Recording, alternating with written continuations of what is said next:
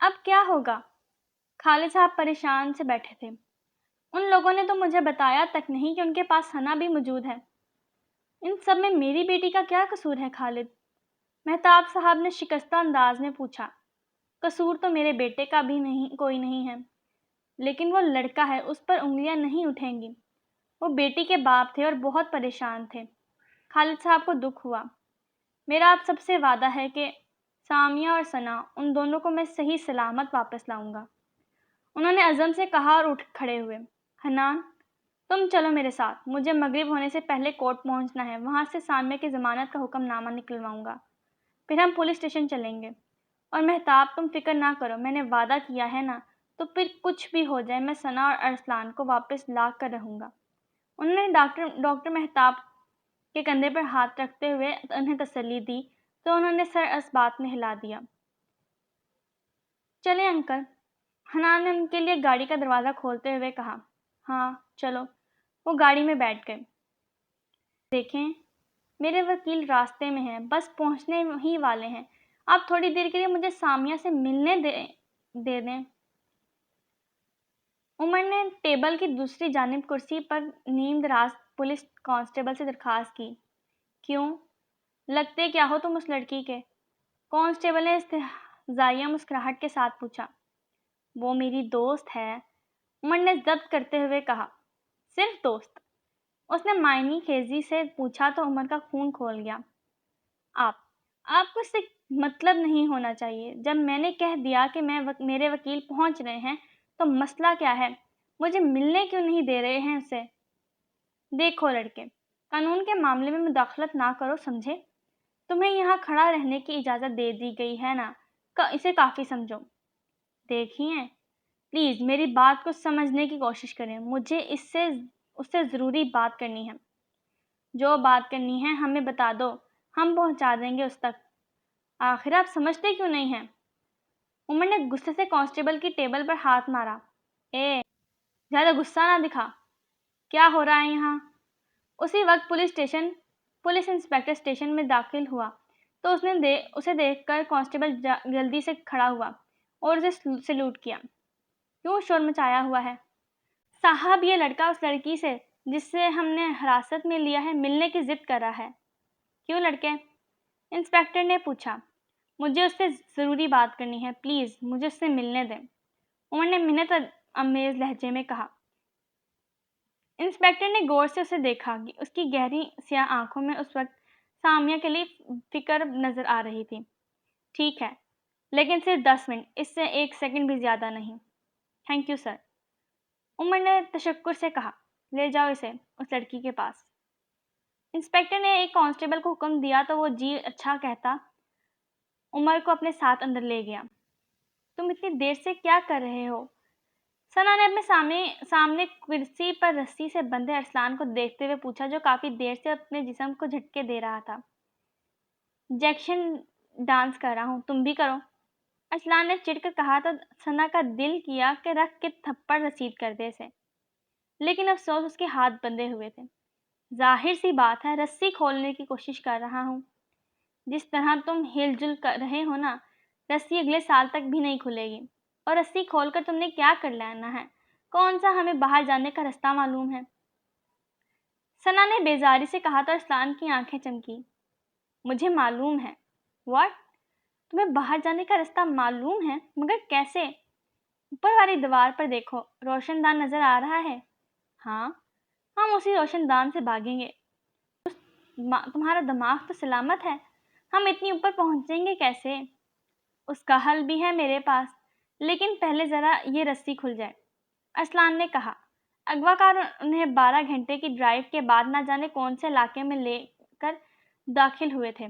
Drive کے دوران ہی انہوں نے ارسلان کے والد کو فون کر کے اپنی ڈیمانڈ ان کے سامنے رکھی تھی، پھر ان دونوں کو کمرے میں لا کر رسیوں سے باندھ دیا تھا۔ کمرہ کافی کشادہ تھا، ہر طرف گتے کے ڈبے ایک کے اوپر ایک رکھے ہوئے تھے، لیکن فضا میں انتہائی ناگوار بو پھیلی ہوئی تھی۔ لیکن وہ کس چیز کی بو تھی؟ وہ لوگ سمجھنے سے قاصر تھے۔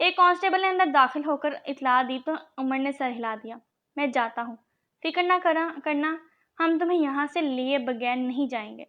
اس نے اسے تسلی دی اور جانے کے لیے مڑ گیا۔ بابا، اس کے دل نے شدت سے باپ کو پکارا تھا۔ دل میں عجیب عجیب سے وسوسے آ رہے تھے۔ اس نے عمر کی دی ہوئی شال کو اپنے گرد اچھے سے لپیٹا اور دعا کے لیے ہاتھ اٹھائے۔ اللہ، میرے بابا کی حفاظت کرنا۔ اس نے دل سے دعا کی تھی، لیکن افسوس، دعا مانگنے کا وقت گزر چکا تھا۔ وہ دونوں باری باری روشن دان سے باہر کودے تو ان کے قدم ٹن کی شیٹ سے ٹکرائے۔ وہ دونوں اس وقت ٹن کی چھت پر کھڑے تھے۔ چھت سے نیچے ایک سیدھی سڑک جا رہی تھی، پر یہ مسئلہ نہیں تھا کہ وہ چھت سے نیچے کیسے اتریں گے۔ چھت سے نیچے ایک سیدھی سڑک جا رہی تھی، پر مسئلہ یہ تھا کہ وہ چھت سے نیچے کیسے اتریں گے۔ لیکن ان دونوں کو اس بات کی پرواہ نہ تھی۔ وہ تو آنکھیں پھاڑے اس منظر کو دیکھ رہے تھے۔ چھت سے نیچے جو سڑک جا رہی تھی اس کے اس پار درختوں کا ایک جھنڈ شروع ہو رہا تھا، اور اس کا اختتام کہاں ہو رہا تھا اس کا کچھ پتہ نہ تھا۔ دور آسمانوں پر کہیں شاید سورج نکل چکا تھا، لیکن بادلوں نے اس کی روشنی کو زمین پر پڑنے سے روک دیا تھا۔ درختوں پر برف کی تہہ جمی ہوئی تھی۔ سارے منظر نے اس وقت جیسے سفید چادر اوڑھ رہی تھی۔ ہم کراچی میں تو نہیں ہیں؟ ارسلان نے منظر سے نگاہیں ہٹاتے ہوئے کہا۔ ظاہر سی بات ہے، کراچی میں اتنی برف تمہارے چاچو تو لائیں گے نہیں، ثنا نے چڑھتے ہوئے کہا۔ لیکن ہم ہیں کہاں؟ ارسلان نے پوچھا۔ یہ جاننے سے زیادہ اہم اس وقت ہمارا یہاں سے اترنا ہے۔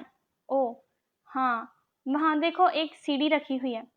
ارسلان نے اشارہ کیا تو اس نے مڑ کر دیکھا۔ تھوڑی سی دور ایک لکڑی کی سیڑھی چھت سے ٹکا کر کھڑی کی گئی تھی۔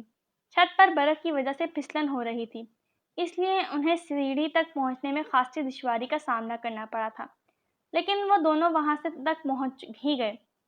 پہلے تم سیڑھی سے اترو، ثنا نے کہا۔ کیوں؟ تاکہ اگر سیڑھی گر جائے تو پہلے تم ہی گرو، اس نے معصومیت سے کہا۔ ٹھیک ہے، پہلے میں ہی جاتا ہوں۔ ارسلان اسے گھورتا ہوا سیڑھیوں کی جانب بڑھا۔ وہ احتیاط سے سیڑھیاں اترا، پھر سیڑھی کو مضبوطی سے پکڑ کر کھڑا ہو گیا تاکہ ثنا نیچے آ سکے۔ ثنا بیچاری بھی ڈر ڈر کر نیچے آ ہی گئی۔ جیسے ہی اس کے پاؤں زمین پر جمی برف پر پڑے، اس کے جسم پر کپکپی طاری ہوئی۔ یہاں تو بہت ٹھنڈ ہے، اس نے کپکپاتے ہوئے کہا۔ وہ لوگ کراچی کی سردی کے حساب سے لباس پہنے ہوئے تھے، جو کہ اس جگہ کے حساب سے ناکافی تھے۔ چلو اب یہاں سے نکلتے ہیں، ارسلان نے کہتے ہوئے سڑک کی جانب قدم بڑھائے ہی تھے کہ اسے سڑک پر ایک گاڑی نظر آئی۔ وہ لوگ دیوار کی اوٹ میں ہو گئے۔ یہ تو وہی گاڑی کی ہے نا جس میں ہم یہاں آئے تھے، ثنا نے سرگوشی نما لہجے میں کہا۔ اس سے پہلے کہ وہ ہمیں دیکھ لیں، ہمیں یہاں سے نکلنا چاہیے، ارسلان نے کہا۔ لیکن ہم جائیں گے کہاں؟ یہاں تو ان کی گاڑی کھڑی ہے۔ چلو وہاں سے چلتے ہیں، ارسلان نے درختوں کی جانب اشارہ کرتے ہوئے کہا تو وہ تذبذب کا شکار ہوئی۔ لیکن وہ تو کوئی جنگل لگتا ہے، سوچنا بعد میں، پہلے چلو، ارسلان دبی دبی آواز میں چیخا۔ وہ دونوں درختوں کی جھنڈ میں داخل ہوئے تو معلوم ہوا کہ وہاں سڑک سے بھی زیادہ برف جمی تھی، تقریباً بھی 1 فٹ برف تو ہوگی۔ ان دونوں کے پاؤں برف میں دھنسنے لگے تھے، چلنے پھرنے میں دشواری کا سامنا کرنا پڑ رہا تھا۔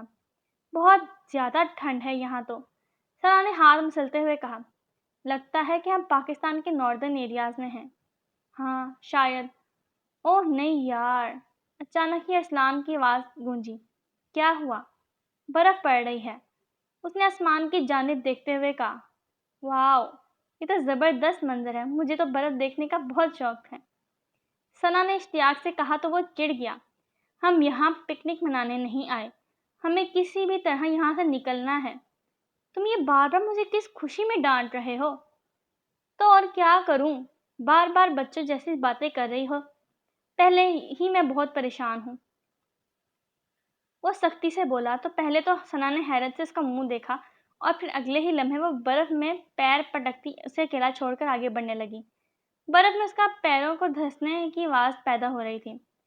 ثنا رکو یار، میرا وہ مطلب ہرگز نہیں تھا. میں بس ثنا پلیز یار.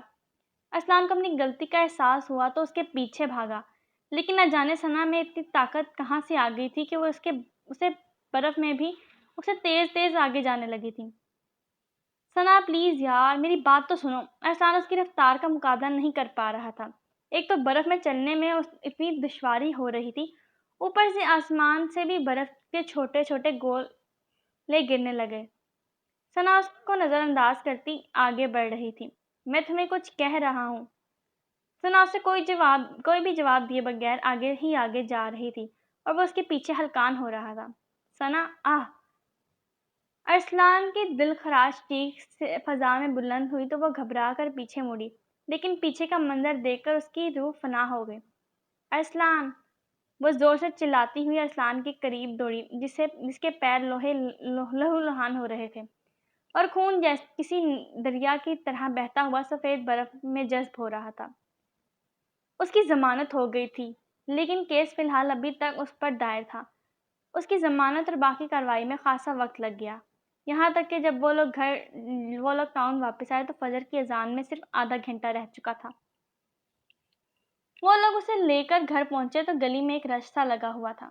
وہ حیران ہوتی اپنے گھر میں داخل ہوئی، لیکن سامنے پڑی لاش دیکھ کر اس کے پیروں تلے حقیقت میں زمین نکل گئی تھی. وہ بھاگ کر لوہے کے کاٹ کے پاس پہنچی اور کفن میں لپٹے وجود کے چہرے سے کپڑا ہٹایا. بابا. وہ چیخی تو رشنا بھاگ کر اس کے پاس آئی. بابا یہ کیا ہو گیا آپ کو؟ بابا اٹھے نا. وہ ان کی لاش کو جھنجھوڑ رہی تھی. سامیہ پلیز خاموش ہو جاؤ. شفا کے سمجھ نہیں آیا اسے کیسے تسلی دے. عمر تم نے کہا تھا کہ بابا ٹھیک ہیں، پھر یہ کیا ہوا؟ اسے کچھ سمجھ نہیں آیا تو وہ عمر پر ہی چلائی. سامیہ صبر کرو. حنان بھی بس یہی کہہ سکا تھا. وہ روتی رہی چیختی رہی، لیکن طوفان کو آنا تھا سو آ کر رہا اور آ کر چلا بھی گیا.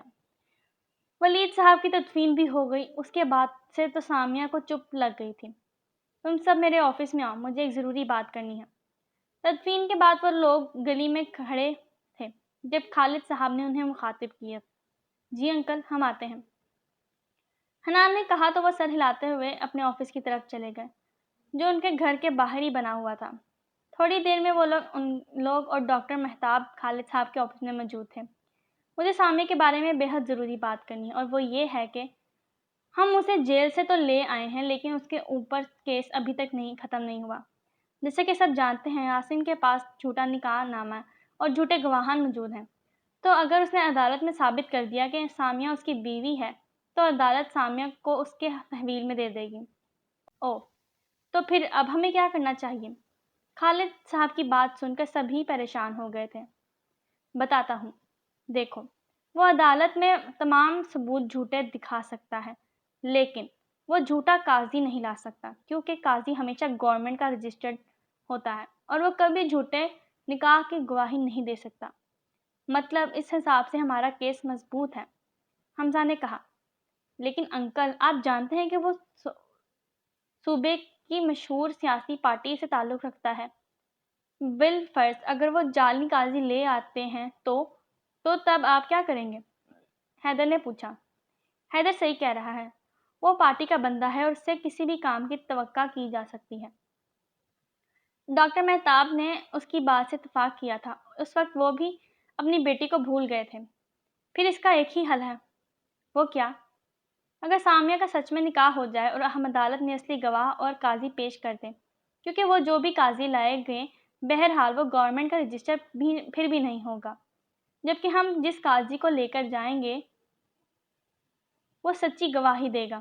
اس کے علاوہ ہمارے نکاح کے گواہان بھی اصلی ہوں گے، اور ہمارا ایک فائدہ یہ بھی ہے کہ اگر سامیہ کا شوہر بھی گواہی دے دے تو پھر وہ کیس ہار جائیں گے. یا یہ بھی ہو سکتا ہے کہ وہ اپنے کیس کو کمزور پڑتا دیکھ کر خود ہی کیس واپس لے لیں. تمہاری بات میں دم تو ہے، لیکن یہ سب ہوگا کیسے؟ مہتاب صاحب نے پوچھا. جیسے بھی ہو، لیکن آج ہی ہونا ضروری ہے. ہمیں یہی ایک رستہ ہے سامیہ کو ان سب سے بچانے کا. مجھے یقین ہے جب ہم اس سارے حالات سمجھائیں گے تو وہ بھی مان جائے گی. وہ سب تو ٹھیک ہے لیکن لڑکا کہاں سے آئے گا؟ اور آ بھی گیا تو ایسا کون ہوگا جو اب ان تمام حالات میں سامیہ کو قبول کرے؟ مہتاب صاحب نے پوچھا۔ عمر، اگر تم اس سے نکاح کر لو اور عدالت میں گواہی دے دو تو ہم اسے بچا سکتے ہیں۔ انہوں نے بنا کسی لگی لپٹی کے براہ راست عمر سے پوچھا تو وہ ایک لمحے کے لیے گڑبڑا گیا۔ صرف کیس تک کے لیے؟ اس کے بعد تم اور سامیہ اپنے اپنے فیصلے میں آزاد ہو، تم لوگ چاہو تو علیحدہ بھی ہو سکتے ہو۔ انہوں نے خاموشی دیکھ کر پھر سے کہا، ٹھیک ہے، میں تیار ہوں۔ اس نے سنجیدگی سے کہا، سامیہ کو راضی کرنا مشکل نہیں ہے، اسے سارے حالات بتائیں گے تو وہ مان جائے گی اور یہ کام خواتین کر لیں گی۔ انہوں نے بات ہی ختم کر دی۔ سب اٹھنے لگے تو اسی وقت خالد صاحب کا فون بجا۔ یہ تو اغوا کاروں کا نمبر ہے۔ انہوں نے موبائل دیکھتے ہوئے کہا، انکل آپ اسپیکر آن کر دیں۔ حنان نے کہا تو انہوں نے سر ہلاتے ہوئے کال اٹھائی اور اسپیکر آن کر دیا۔ کیسے ہو وکیل صاحب؟ اگلے بندے نے بنا سلام دعا کے پوچھا، کیا کام ہے؟ اب کیوں فون کیا ہے؟ انہوں نے سختی سے پوچھا، بھائی بڑے ہی کوئی انوکھے باپ ہو تم، بیٹے کی کوئی فکر ہی نہیں تمہیں، یا شاید تم نے ہماری بات کو مذاق سمجھ لیا ہے۔ کیوں نہ میں ایسا کروں کہ تمہیں تمہارے بیٹے کی آواز سناؤں؟ اس نے مکروہ ہنسی ہنستے ہوئے کہا، پھر اپنے کسی ملازم کو آواز دینے لگا، ذرا یہ فون لے کر جاؤ اور اس لڑکے کو اس کے باپ کی آواز سنا دو۔ جی صاحب۔ وہ کہتا ہوا فون وہاں سے لے گیا۔ وہ سب دم سادے فون کال سن رہے تھے۔ تھوڑی دیر بعد اسپیکر میں ملازم کی گھبرائی ہوئی آواز گونجی، صاحب وہ لڑکا اور لڑکی بھاگ گئے ہیں۔ کیا بکواس کر رہے ہو؟ دماغ تو صحیح ہے تمہارا؟ بند کمرے سے کیسے بھاگ سکتے ہیں وہ چیخا، صاحب وہ اوپر والے روشن دان سے بھاگ گئے ہیں۔ تو تم کہاں مر گئے تھے تب؟ اور موبائل دو مجھے ادھر۔ اس نے اس سے موبائل چھین کر کال کاٹ دی۔ دوسری طرف خالد صاحب کے چہرے پر مسکراہٹ آئی۔ دیکھا تم لوگوں نے، میں نے اپنے بیٹے کو اللہ کے حوالے کیا تو اس نے ارسلان کو وہاں سے نکال لیا، لیکن ہمیں ابھی ان دونوں کا کچھ پتہ نہیں ہے کہ وہ کہاں گئے ہیں۔ مہتاب صاحب ہنوز پریشان تھے۔ فکر نہ کرو، اب وہ کسی سے فون لے کر سب سے پہلے مجھے کال کرے گا اور اپنی لوکیشن بتائے گا۔ مجھے اب ارسلان کی کال کا انتظار ہے، انہوں نے کہا اور پھر حیدر کو مخاطب کیا، حیدر اپنے باپ سے کہو قاضی کا انتظام کریں اور ہمیں ابھی سامیہ کا مسئلہ حل کرنا ہے۔ جی انکل۔ وہ کہتا ہوا باہر چلا گیا تو باقی سب بھی باہر نکلنے لگے سوائے علی کے۔ تم کیا سوچ رہے ہو علی؟ خالد صاحب نے پوچھا۔ میں یہ سوچ رہا تھا کہ روشن دان سے کوئی کیسے بھاگ سکتا ہے؟ جب ارسلان آئے تو پوچھ لینا اس سے، انہوں نے مسکراتے ہوئے کہا۔ Well I like it. اس نے ارسلان کے بھاگنے کے انداز کو سراہا تو خالد صاحب بھی ہنسنے لگے۔ بالآخر پریشانی ختم ہونے کی طرف جا رہی۔ امید کرتی ہوں آج کا ایپیسوڈ آپ کو اچھا لگا ہوگا۔ آگے جاننے کے لیے کہ کہانی میں کیا بنے گا، میری ویڈیوز کو لائک کریں، شیئر کریں، پیارے پیارے سے کمنٹ کر کے میری حوصلہ افزائی کریں، میرے چینل کو سبسکرائب کریں اور بیل کے آئیکن کو پریس کرنا بالکل بھی مت بھولیے گا۔ شکریہ۔